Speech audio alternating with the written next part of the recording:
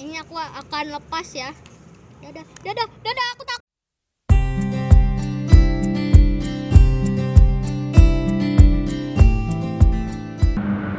Teman-teman, kali ini aku akan membahas tentang lebah madu ini. Tuh, bisa dilihat ada temannya masih di bawah. Nah, ini tadi aku tangkap hanya untuk untuk diberitahu info-info untuk teman-teman. Jadi ini aku tangkap bukan buat diapa-apain ya. Jadi aku cuma buat bikin video, aku tangkap, nanti aku akan lepas lagi dia. Nah, ini namanya adalah lebah madu atau apis SP ya kalau nggak salah. Ini apis SP tuh. Nah, ini lebah pekerja ya.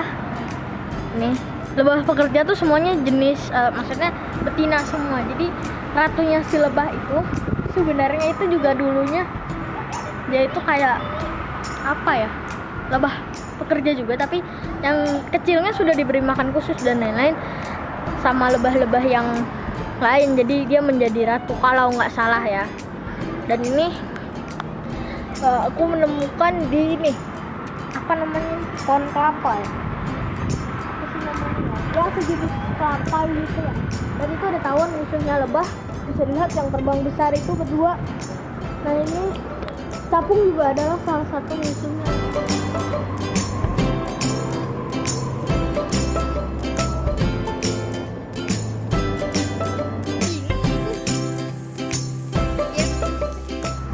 Dan bedanya tawon sama lebah itu beda banget lah ya. Nih, mana tawonnya tadi? Ya, pokoknya kalau tawon tuh seperti yang tadi, gede, besar. Dan kalau tawon tuh biasanya dia pemakan apa aja, dan dia tidak menghasilkan madu. Dan sarang dia itu cenderung, maksudnya tawon itu cenderung ada yang mematikan. Kalau lebah juga ada yang mematikan, tapi hanya beberapa spesies. Dan mereka kecil, dia menghasilkan polen atau serbuk bunga ya, polen dan madu. Dia menghasilkan dua itu. Dan madu itu sebenarnya itu nektar tuh yang ada di bunga. Jadi dimakan sama lebahnya, dia bawa ke sarangnya. Nah, saat lagi di jalan pulang itu nektarnya itu tercerna di perutnya.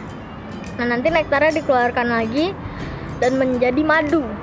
Kalau tawon langsung misalkan nih, tawon nih ya, mana tuh tawon tadi lewat.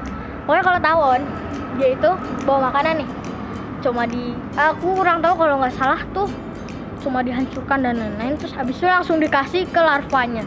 Larva tawon tuh sama ya kayak lebah, dan mereka itu metamorfosis sama-sama sempurna, tawon dan lebah.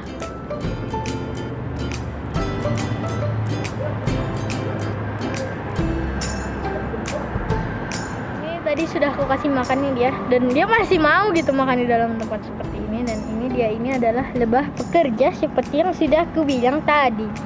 Nah, ini dia lebih pekerja. Dan ngapain sih dia kesini? Nah, dia itu ngambilin polen sama nektar dari si bunga ini.